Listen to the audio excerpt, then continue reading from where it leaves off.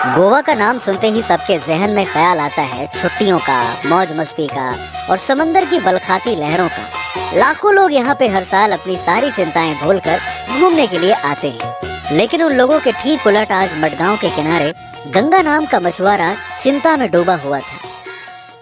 ओहो, कल एक ठो मछली जाल में ना फंसी रही, आज तीन ठो जाल बिछाए हैं। अब आज मुझे निराश मत करना समंदर भैया। ये कहते हुए गंगा ने पहला जाल धीरे धीरे अपनी ओर खींचा। आसपास के बाकी मछुआरे गंगा के जाल को बड़े ध्यान से देख रहे थे। एक पल के लिए उसे लगा कि जाल में कुछ है, मगर ये क्या? जाल के अंदर से निकला एक नारियल। सारे मछुआरे जोर जोर से हंसने लगे और एक ने कहा, अरे गंगा भैया, क्या बात है, आप तो कमाल के जादूगर निकले, समंदर के अंदर से नारियल निकाल लिया। चलो भैया, कोनो बात नहीं, आज गंगा भैया चखने में मछली की जगह नारियल की चटनी ले लेंगे। ए समंदर भैया, इज्जत पर नारियल पानी काहे फेंक रहे हो? थोड़ा तो रहम करो। चलो अब दूसरा जाल खींचता हूँ, इस बार लाज रख लेना। हाँ चलो। गंगा ने एक बार फिर से दूसरा जाल खींचा। उसने अपना हाथ जाल के अंदर डाला, अंदर कुछ तो है। गंगा ने उसे बाहर निकाला और उसकी फूटी किस्मत, जाल के अंदर से निकला एक टूटा हुआ चप्पल। अरे ये क्या है गंगा भैया, जाल से चप्पल, वो भी एक ठो। और वो भी टूटी हुई। ए, चुप करो, अपना काम से काम रखो। ससुरा, तुम लोग जैसे रोज रोज शाह का भेल पकड़ते हो क्या? अरे हो जाता है कभी कभी, कोनो बड़ी बात थोड़ी ना है। काम करो, चलो अपना अपना चलो। ए, गंगा भैया को गुस्सा आ गया। हाँ हाँ चुप रहो, वरना चप्पल फेंक के मारेंगे, वो भी टूटी वाली। अरे बस, बहुत हो गया, इस बार तो पक्का कोनो न कोनो मछली फंसेगी। अरे इतनी बुरी किस्मत तो उस टूटी चप्पल की भी नहीं होगी। गंगा ने अपना तीसरा और आखिरी जाल खींचा। अचानक से जाल के अंदर कुछ हरकत हुई। गंगा की आंखों में उम्मीद की लहरें उठने लगीं। बाकी लोग भी उसे टकटकी लगाकर देखने लगे। गंगा ने जाल के अंदर से उस चीज को तुरंत निकाला। वो कोई मछली नहीं बल्कि ड्रम पकड़े हुए बंदर का एक खिलौना था। गंगा को अपनी फूटी किस्मत पर यकीन ही नहीं हो रहा था। वो अपने भाग्य को कोसने ही वाला था कि खिलौने का ड्रम अपने आप बजने लगा। गंगा के मुंह से डर के मारे चीख निकल गई और खिलौना फिर से समंदर में गिर गया। अब बताओ भला, एक जमाना था जब इस गंगा का बाप जमुना अपनी बहादुरी के लिए मडगांव में मशहूर था और उसका बेटा निकला ऐसा डरपोक। गंगा ने मछुआरों की बातें सुन ली। उसे गुस्सा तो जरूर आया, लेकिन उसने चुप रहना ही बेहतर समझा। वो चुपचाप अपने सारे खाली जाल समेटकर जाने लगा कि तभी उसकी नजर पास में रखे मछुआरों की टोकरी पर पड़ी। ताज़ा मछलियां चमक रही थीं। गंगा ने इधर उधर देखा और फुर्ती से 3-4 मछलियां टोकरी से चुराकर चुपचाप निकल गया। हाय रे हाय, क्या पता ये किसकी पनौती लग गई है हमको, कहीं अपनी ही पनौती तो नहीं लग गई। ए भैया, एक बोतल फेनी तो देना। अरे ये क्या है गंगा? ये मछली इस बाटली से ज्यादा महंगी है, रख ले। पिछले 30 सालों से गंगा की यही दिनचर्या है। सुबह मछली पकड़ना, दोपहर में खाना बनाना और फिर फेनी पी के फेनी के नशे में धुत होकर सो जाना। दरअसल आज से 30 साल पहले गंगा की मां के मौत के बाद उसके पिता जमुना बनारस से मडगांव आकर बस गए। उस वक्त गंगा की उम्र सिर्फ 15 साल की थी। शुरू में जमुना बाकी मछुआरों की तरह मछलियां ही पकड़ता था और समंदर से जैसे उसकी यारी हो गई थी। वो लहरों से ऐसे खेलता जैसे कोई बच्चा खिलौनों से खेलता रहा हो। सारे मडगांव में उसकी बहादुरी मशहूर थी।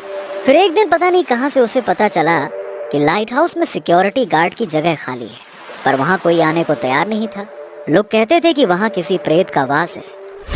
वहां अगर रात को कोई भी भूले भटके भी गलती से चला जाता तो अगली सुबह उसकी लाश उसके सबसे ऊपरी कमरे की खिड़की से बाहर की ओर लटकी हुई मिलती। इसीलिए गांव के लोग उस लाइट हाउस की ओर देखना तक नहीं चाहते थे। उसके बारे में बात करना तो बहुत दूर की बात थी। कई सालों बाद अचानक से सरकार ने उस लाइट हाउस को फिर से शुरू करना चाहा। मगर किसी की हिम्मत नहीं हुई उस लाइट हाउस में नौकरी करने की। अपने बेटे गंगा के भविष्य को देखते हुए जमुना ने यह तय किया कि ज्यादा पैसे कमाने के लिए वो रात में गार्ड की नौकरी कर लेगा, और उसने यही किया। कुछ दिन तक तो सब कुछ ठीक ठाक चलता रहा, और फिर गंगा के जीवन में आती है वो काली रात जिससे वो कभी उबर नहीं पाया। बाबा, आज तूफान कुछ ज्यादा ही तेज नहीं है? हाँ बेटा, इसीलिए हमें ज्यादा सावधान रहने की जरूरत है, और हाँ, संभल के सीढ़ियाँ चढ़ना, ठीक है? जैसे ही उन दोनों ने अपने कदम आगे बढ़ाए, अचानक से चमगादड़ों का एक झुंड ठीक उनके सर के ऊपर से गुजरा। अरे ओहो, ये का अचानक से इतने सारे चमगादड़ कहाँ से आ गए? हर रोज तो सफाई करता हूँ, पिछले 6 महीने से तो यहाँ एक भी चमगादड़ ना देखा। खैर बेटा, आराम से मेरे पीछे पीछे आ जाओ। हाँ ठीक है, आराम से आराम से। दोनों लाइट हाउस के ऊपर वाले कमरे पर पहुंचे। जमुना ने लालटेन की ओर देखा। हाँ, अब जल्दी से ये लालटेन में तेल डाल दूं, ताकि यहाँ से गुजरने वाले जहाजों को ये लाइट हाउस दिख जाए और उन्हें दिशा का सही अंदाज मिल जाए। चल भैया। जमुना ने लालटेन के अंदर तेल डाला और रोशनी कर दी। कमरे में उजाला फैल गया। लालटेन की रोशनी में जमुना और गंगा की परछाई कमरे की दीवार पर साफ दिख रही थी। अचानक से गंगा ने देखा कि दीवार पर एक तीसरी परछाई धीरे धीरे फैल रही है। गंगा ने तुरंत चारों ओर नजर दौड़ाई, पर वहां उन दोनों के अलावा और कोई नहीं था। वो डर गया। उसने अपने पिता की ओर देखकर बोला, बाबा, बाबा, वहाँ कोई दीवार पर है। जमुना ने दीवार की ओर देखा, लेकिन उसे कुछ भी नजर नहीं आया। अरे कहाँ बेटवा? है वहाँ तो कुछ ना है। लेकिन गंगा को वो दीवार की तीसरी परछाई साफ साफ नजर आ रही थी। अरे बाबा, आपके ठीक सामने ही तो है। बाबा, हम लोगों के अलावा यहाँ कोई और भी है जिसकी परछाई उस दीवार पर पड़ रही है। अरे बेटा, ये क्या बोल रहे हो? यहाँ हम लोगों के अलावा और कौनो नहीं है। बाहर तेज तूफान है ना, तुम्हें शायद किसी हिलती हुई चीज की परछाई दिख गई होगी। हाँ, चिंता ना करो, हम है ना। बाबा, मुझे बहुत डर लग रहा है। जमुना ने गंगा के मासूम चेहरे की ओर देखा और मुस्कुराते हुए गंगा से कहा, ए बेटवा, जिंदगी में जब जब तुमका डर लागे ना, तो याद रखना तुम्हारा नाम है गंगा। बनारस में बहती गंगा को याद करना। अरे इतनी विशाल गंगा भला कैसे किसी से डर सकती है, हैं? अरे गंगा हो तुम, गंगा। पर गंगा को अभी भी वो परछाई साफ साफ दिख रही थी। अचानक से उस परछाई के हाथ लंबे होने लगे। गंगा एकदम से चौंक गया और वो दौड़ के जमुना से जाके लिपट गया। अरे अरे अरे, बस बस बस बस। अरे क्या हो गया है बेटवा तुम्हें? हुआ कुछ ना है। जाओ उस कुर्सी पर आराम से जाके बैठो। अरे बैठो तो, जाओ जाओ। उस परछाई के लंबे होते हाथ कमरे में रखे एक रस्सी के गुच्छे पर गए। परछाई ने उस रस्सी को उठाया और कमरे में लगे एक पुराने खंभे से बांध दिया, और फिर परछाई ने रस्सी का दूसरा सिरा झट से जमुना के गले में फेंक दिया। इससे पहले कि जमुना संभल पाता, रस्सी उसके गले में खुद ब खुद बंध गई और धीरे धीरे कसने लगी। जमुना के मुंह से जोर की चीख निकल गई। परछाई के हाथों ने जमुना को जोर से धक्का देकर जमीन पर गिरा दिया और खिड़की की ओर घसीट कर ले जाने लगा। डर के मारे गंगा की हालत खराब थी। वो चिल्लाना तो चाह रहा था, लेकिन उसके हलक से एक शब्द नहीं निकल पा रहा था। वो वहीं खड़े खड़े थर थर कांप रहा था। दूसरी तरफ रस्सी के कसाव की वजह से जमुना की आंखें ऐसी हो गईं मानो वो चेहरे से बाहर आ गई। परछाई ने एक बार फिर से जमुना पर वार किया और उसे खिड़की के बाहर फेंक दिया। उस भयानक तूफान में चीखती लहरों के बीच गंगा के पिता की लाश लाइट हाउस के खिड़की के बाहर रस्सी पर लटक रही थी। ये सब कुछ गंगा नहीं सह पाया और वो वहीं पर बेहोश हो गया। हालांकि आज इस हादसे को 30 साल बीत चुके हैं, लेकिन गंगा के मन से आज भी वो डर नहीं गया। गांव में भोर की किरण फूट चुकी थी। गंगा हर रोज की तरह उम्मीद का सूरज अपने कंधों पर लाद कर समंदर की ओर निकल पड़ा। अब कुछ ठीक चल रहा था कि तभी एक लड़का दौड़ते दौड़ते वहां पहुंचा और जोर जोर से हाँफ रहा था। गंगा और बाकी के मछुआरे उसकी तरफ हैरानी से देखने लगे। वहाँ वहाँ आई जी जी वो वहाँ। हाँ। अरे क्या हो गया, इतना हाफ क्यों रहा है? थोड़ा दम तो ले ले। गंगा उस लड़के के पास पानी की बोतल लेके आता है। अरे आराम से भाई, आराम से, ये ले पानी पी और बता क्या बोल रहा है। Light house. हाँ, लाइट हाउस है और वही है जहाँ कल था। ये लो पानी पियो। और तुम तो ऐसे हाँफ रहे हो जैसे कोई लाश देख लिए हो। हाँ वही लाश ही है वहाँ पे। लाश सुनते ही गंगा के हाथों से पानी का बोतल छूट जाता है। कहा लाश? कहाँ है लाश? बाकी मछुआरों ने उस लड़के को घेर लिया। लाइट हाउस की खिड़की से किसी की लाश लटक रही है। क्या?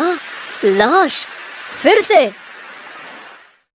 ये सुनते ही गंगा की आंखों के सामने उसके पिता की झूलती हुई लाश कौंध गई।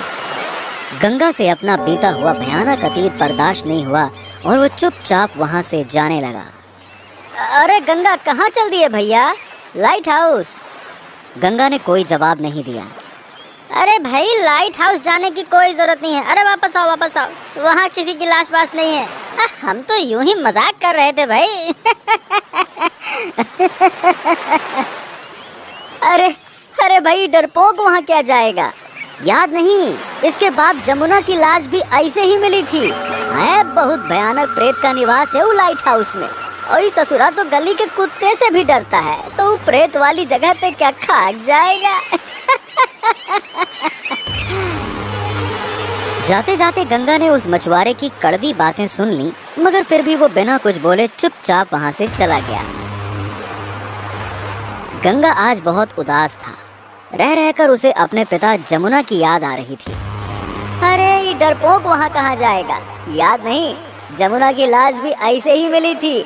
बहुत भयानक प्रेत का निवास है वो लाइट हाउस में। और ये तो ससुरा गली के कुत्ते से भी डरता है, तो उस प्रेत वाली जगह पे क्या खाक जाएगा। डरपोक, सब हमका पीठ पीछे डरपोक कहते हैं। हाँ, का गलत कहते हैं।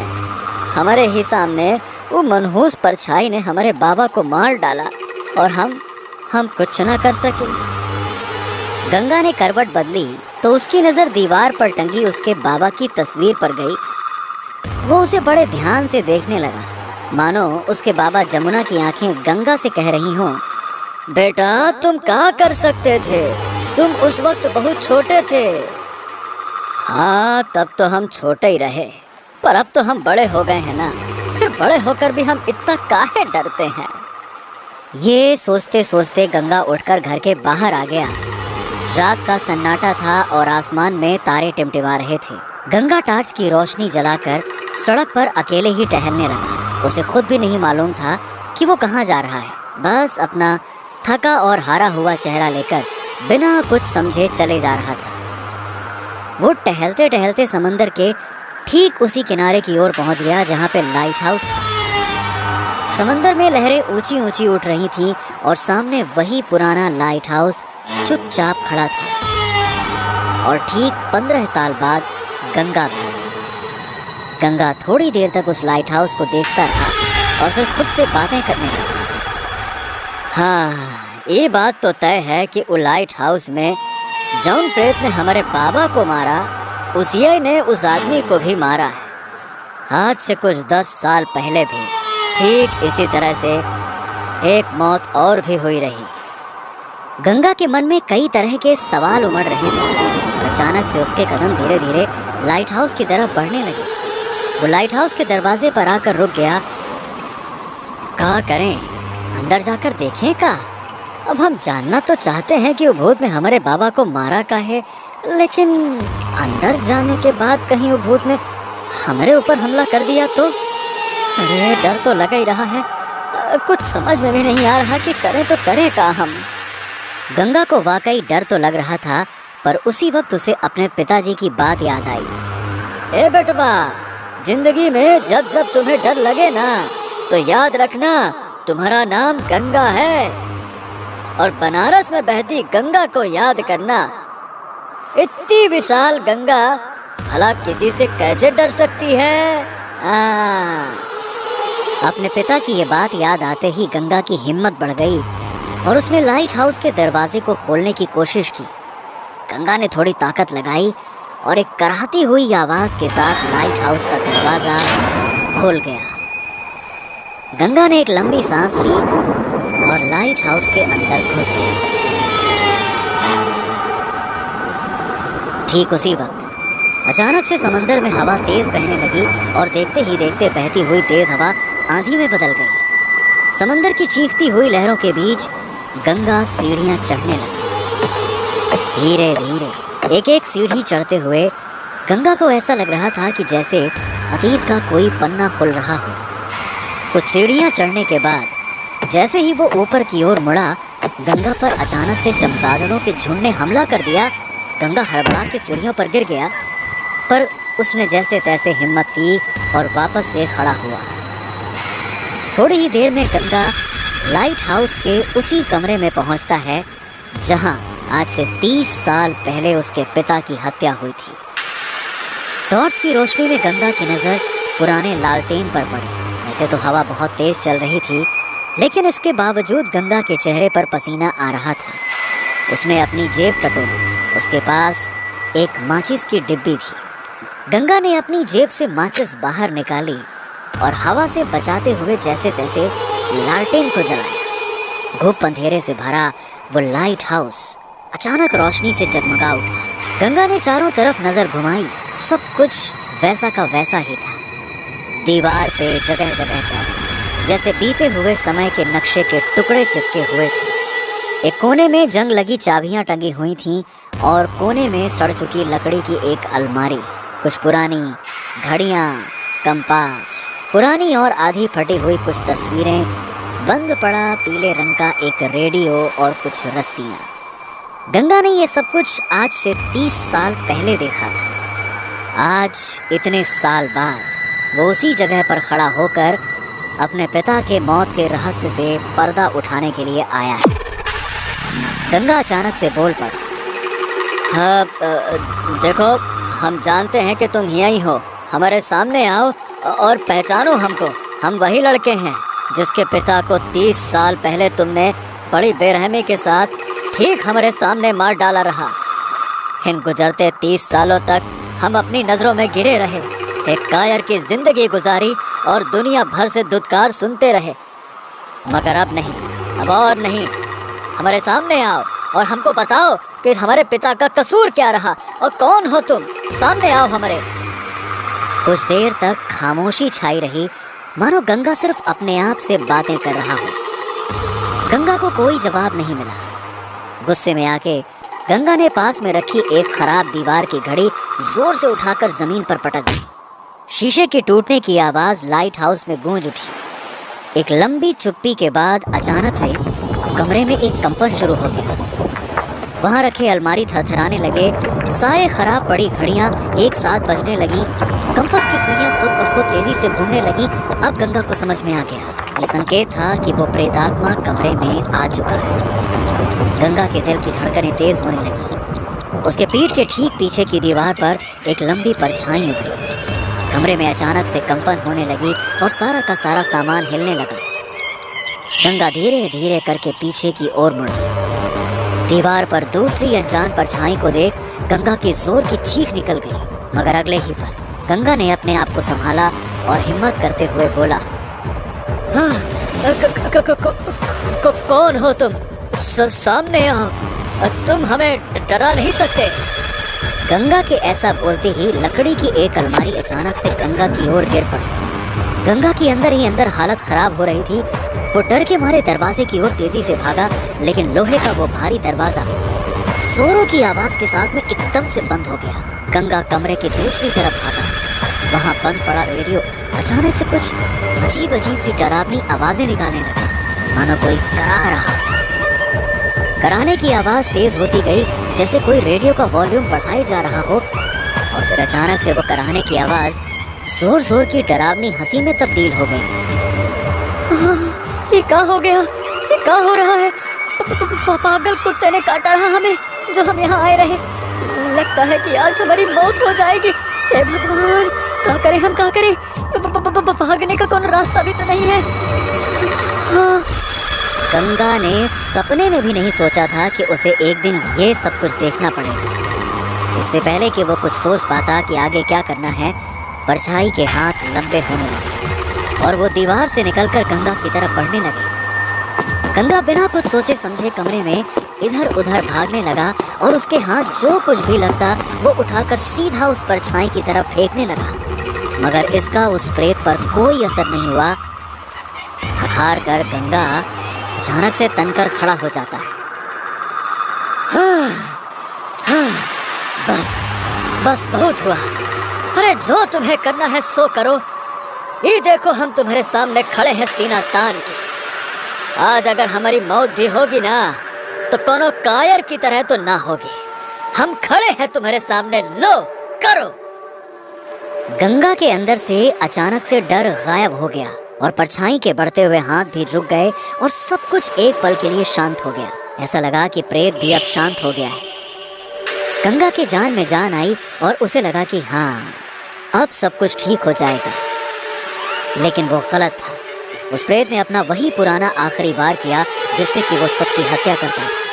कमरे के कोने में रखी रस्सी उछलकर गंगा के गर्दन की ओर मुड़ी और एक झटके में उसकी गर्दन को जकड़ लिया।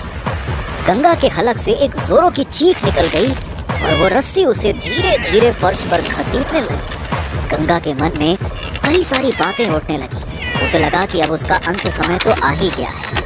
उसने अपने पैंट की जेब में अपना हाथ डाला और जेब के अंदर फैनी से भरी हुई एक बोतल पड़ी थी। गंगा ने तुरंत वो बोतल बाहर निकाल ली। लगता है आज हमारी मौत तय है। जाते जाते अपनी जिंदगी की आखिरी बोतल तो पी लेता हूँ, शायद मरने का दर्द ही कम हो जाए। गंगा ने बिना देर किए हुए बोतल को अपने होठों से लगाया और जल्दी जल्दी पीने लगा। बोतल अभी आधी खत्म ही हुई थी कि गंगा की गर्दन को एक जोर का झटका लगा और वो कमरे की खिड़की की तरफ आ गिरा। प्रेत ने अपनी पूरी ताकत लगाई जोर से और गंगा को वैसे ही खींचने लगा जैसे वो हर आदमी को फंदे में लटकाकर मारता आया था। रस्सी का फंदा कसता जा रहा था। गंगा के दिमाग की नसें तनती जा रही थीं। वो समझ गया कि अब उसकी मौत निश्चित है। उसने हड़बड़ाहट में फैनी से आधी भरी अपनी बोतल को सामने की दीवार पर जोर से फेंक दिया। पर ये क्या, बोतल दीवार पर टकराने के बजाय बीच में हवा में ही रुक गई और उस बोतल के अंदर धीरे धीरे सफेद रंग का धुआं भरने लगा। रस्सी की पकड़ भी अचानक से ढीली पड़ गई और सब कुछ पहले के जैसा हो गया, मानो वहाँ कुछ हुआ ही नहीं था। गंगा की जान में जान आई। वो तेजी से सांसें लेने लगा पर उसे समझ में नहीं आया कि अचानक से ये सब कुछ क्या हो गया। हाँ, अरे ये सब क्या हो गया? वो बोतल हवा में कैसे लटक रही है और उसके अंदर ये सफेद धुआं कैसे? गंगा उठकर हवा में लटकती उस बोतल के पास गया। वो उसे कुछ देर ऐसे ही घूरता रहा। उसे कुछ हल्की हल्की आवाज में सुनाई दिया, कोई ऐसी आवाज जो शायद चिल्ला रही थी। गंगा अपने कान को बोतल के नजदीक ले जाता है। उसे किसी की घुटी हुई आवाज आती है, मुझे बाहर निकालो, मुझे बाहर निकालो। क्या? मुझे बाहर निकालो? अरे पागल हो गए हो क्या तुम? तुम्हें बाहर निकाल दें ताकि तुम फिर से हम पे हमला कर सको? ओ कौन तुम, पहले ये बताओ। उस आईने के सामने जाओ। गंगा की नजर कमरे के कोने में एक पुराने शीशे की ओर जाती है। वो बोतल को उस आईने के सामने लेके जाता है और आईने के सामने बोतल को रखते ही उस आईने में आदमी का शरीर उभर आता है, जिसके शरीर पर हर जगह घाव थे जिसमें से खून रिस रहा था। गंगा उसे देखकर थोड़ी देर के लिए डर गया, पर फिर उसने हिम्मत करते हुए कहा, तुम तो घायल हो, तुम्हारी ये हालत किसने कर दी? अच्छा, अपने बारे में बताओ और तुम ये भी बताओ कि तुम यहाँ आने वाले हर आदमी की जान काहे ले लेते हो, हैं? कुछ देर पहले तक जिस प्रेत का आतंक सारे मडगांव पर फैला हुआ था, वो अब आईने के अंदर बिल्कुल असहाय खड़ा था। उसने एक लंबी सांस ली और कहने लगा, मेरा नाम एंथनी है। आज से कुछ 50 साल पहले की बात है।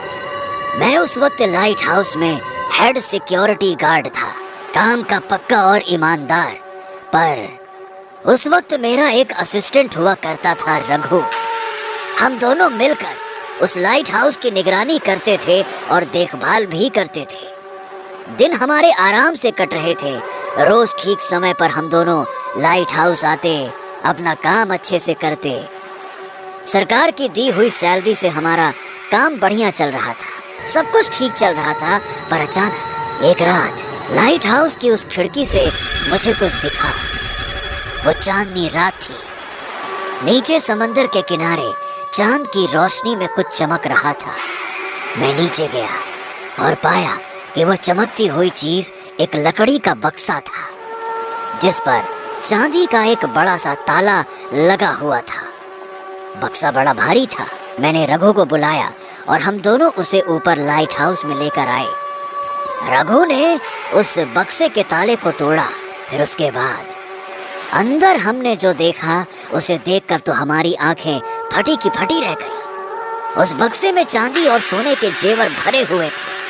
पता नहीं वो बक्सा समंदर में कैसे आया। मैंने रघु से कहा कि कल सुबह हम इस बक्से को पुलिस के हवाले कर देंगे। पहले तो रघु मान गया, पर फिर थोड़ी देर बाद उसके दिल में लालच ने दस्तक दे दी। उसने मुझसे कहा कि इस खजाने को आधा आधा बांट लेते हैं और हमेशा हमेशा के लिए मडगांव छोड़कर किसी दूसरे शहर में बस जाते हैं। वहां जिंदगी ऐशो आराम से गुजरेगी। मुझे ये मंजूर नहीं था। इसी बात को लेकर हमारे बीच में झगड़ा हुआ। रघु समझ गया कि मेरे रहते ये खजाना किसी का नहीं हो सकता। मैं जैसे ही सोने गया, उसने चाकू से मेरे ऊपर कई वार किए और मुझे मार डाला। लाइट हाउस का फर्श मेरे खून से लाल हो गया। मेरी लाश वहां, वो देखो वहां पड़ी हुई थी जहां तुम अभी खड़े हो। मुझे मारने के बाद रघु ने मेरी लाश को रस्सी से बांधकर खिड़की से बाहर समंदर में फेंक दिया और खजाना लेकर इस शहर से भाग गया। इसका मतलब तुम्हारे साथ बड़ी नाइंसाफी हुई। लेकिन ये बताओ, तुम्हें हमारे पिताजी को तो नहीं मारना चाहिए था ना? वो भी तो तुम्हारी तरह बड़े ईमानदार थे। हाँ, मुझे माफ करना, लेकिन मैं क्या करता। मुझे यहाँ आने वाले हर आदमी में रघु दिखता था, इसीलिए मैं अपने आप को कभी रोक नहीं पाया। अच्छा, वो तो ठीक है, लेकिन ये बताओ कि तुम इस बोतल में कैसे कैद हो गए? सच कहूँ तो इस बात का जवाब मेरे पास भी नहीं है। बेहतर होगा कि ये सवाल तुम खुद से पूछो। मैंने एक बात जरूर महसूस की है, वो ये कि तुम्हारे भीतर एक अदृश्य शक्ति छुपी है। तुम किसी भी आत्मा को अपने बोतल में कैद कर सकते हो, पर यह शक्ति तुम्हें कैसे और कहां से मिली, ये मैं नहीं जानता। गंगा ये सुनकर मन ही मन बड़ा प्रसन्न होता है कि जिसे सब लोग डरपोक कहते हैं, वो दरअसल किसी बड़ी शक्ति का मालिक है। वो प्रेत गंगा से कुछ मांगने लगता है। अब वो सब तो ठीक है, पर अब हम तुम्हारा करें क्या? मुझे यहाँ इस लाइट हाउस में मत छोड़ो। मेरी आत्मा को यहाँ कभी चैन नहीं मिलेगा। अगर मुझे छोड़ दिया तो शायद मैं फिर से किसी पे हमला करूं। एक काम करो, तुम मेरी आत्मा को इस बोतल में बंद करके किसी सुरक्षित स्थान पर रख दो। इसी में सभी की भलाई है। गंगा थोड़ी देर तक उस प्रेत को देखता रहा, फिर उस प्रेत की इच्छा का सम्मान करते हुए बोतल पर ढक्कन लगा दिया। वो लाइट हाउस से बाहर आकर अपने घर की ओर जाने लगा।